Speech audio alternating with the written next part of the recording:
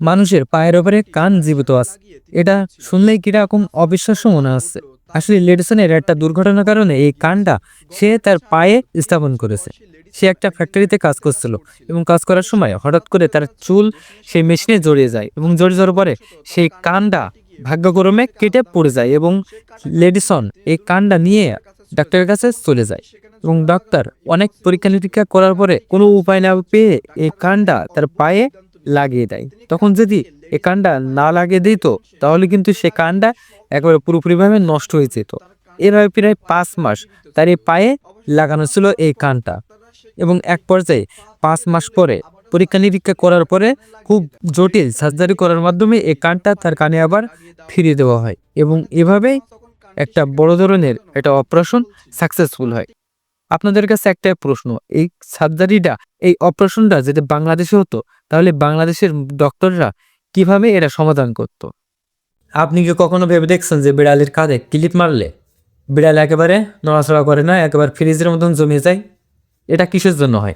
আসলে বিড়ালের কাঁধে যখন ক্লিপ মারা হয় অথবা আঘাত করা হয় তখন কিন্তু সেই বিড়ালটা মনে করে তার মা ধরেছে এবং এইভাবে সে কিন্তু আসলে নড়াচড়া করে না এবং সে মনে করে যে আমি নিরাপদে আছি। যখনই এই বিড়ালের কাঁধে ধরা হয় অথবা ক্লিপ মারা হয় সে কিন্তু একেবারে প্রায় অজ্ঞানের মতন হয়ে যায় এবং এইভাবে কিন্তু ছোটবেলায় তার মা তাকে এইভাবে নিয়ে যেত নিরাপদ আশ্রয়ে। এই বাচ্চাটি একই সাথে 3টি দেশের নাগরিকত্ব পেয়ে যায়।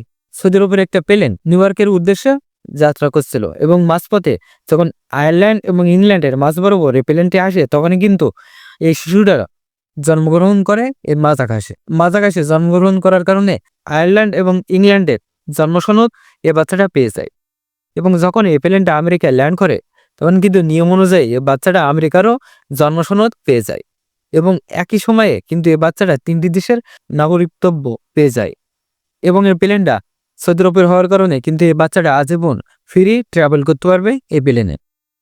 এই সেই ব্যক্তি যার জন্য এখন পুরো পৃথিবী হাসছে। এর নাম হলো নাবিন সেপ্তি।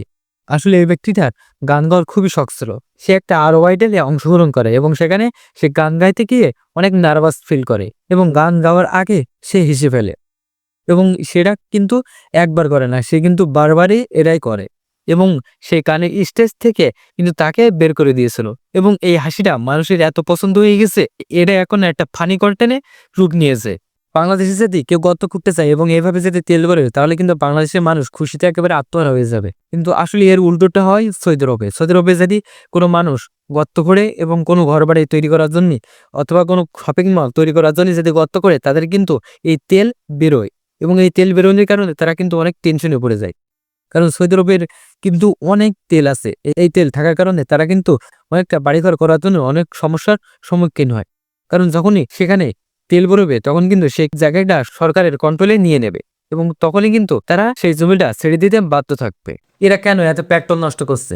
আসলে এরা হলো ইরানের লোক, কারণ ইরানে পর্যাপ্ত পরিমাণে পেট্রোল থাকার কারণে তারা এই পেট্রোল বিক্রি করতে পারছে না এবং বহির্বিশ্বের বিভিন্ন নিষেধাজ্ঞার কারণে এই পেট্রোল তারা বেচতে পারছে না। এই জন্য তারা বিভিন্ন পাইপলাইনের মাধ্যমে এই পেট্রোল আফগানিস্তানে এবং পাকিস্তানে বিক্রি করছে এবং এই সুযোগে কিছু চোরা কারবাররা আছে প্রায় প্রত্যেকদিন 12 মিলিয়ন এই পেট্রোল আফগানিস্তানে এবং পাকিস্তানে তারা বিক্রি করছে এবং এখানে এই পেট্রোলের দাম এত সস্তা যে 1 কেজি পেট্রোলের দাম প্রায় 1 থেকে 2 টাকা এবং আন্তর্জাতিক নিষেধাজ্ঞার কারণে তারা বহির্বিশ্বে এই তেল এই পেট্রোল বিক্রি করতে পারছে না। এটা হলো পৃথিবীর সবচেয়ে বড় গর্ত, এর নাম হলো বেরিঞ্জার ক্রিয়েটর।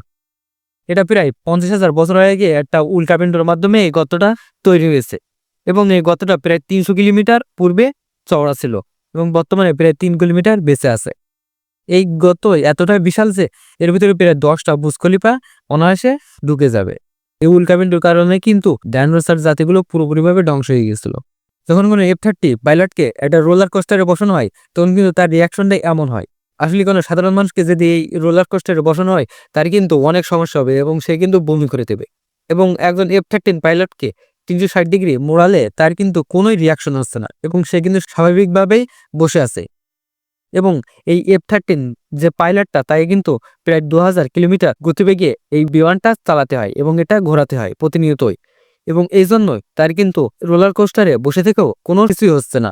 একটা ব্যক্তির মেশিনে হাতের কবজি সব কেটে পড়ে যায় এবং তখনই ডাক্তারের একটা মাথায় আইডিয়া আসে, কবজি সহ তার পায়ে জোড়া লাগিয়ে দেয়।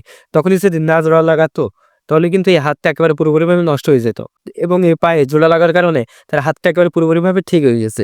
সে বিভিন্ন ধরনের ইঙ্গিত এবং ইশারা করতে পারছে এই হাতের মাধ্যমে। পরবর্তীতে তার এই হাতটা আবার জোড়া লাগিয়ে দেওয়া হয়েছে এবং সে এখন পুরোপুরিভাবে সুস্থ।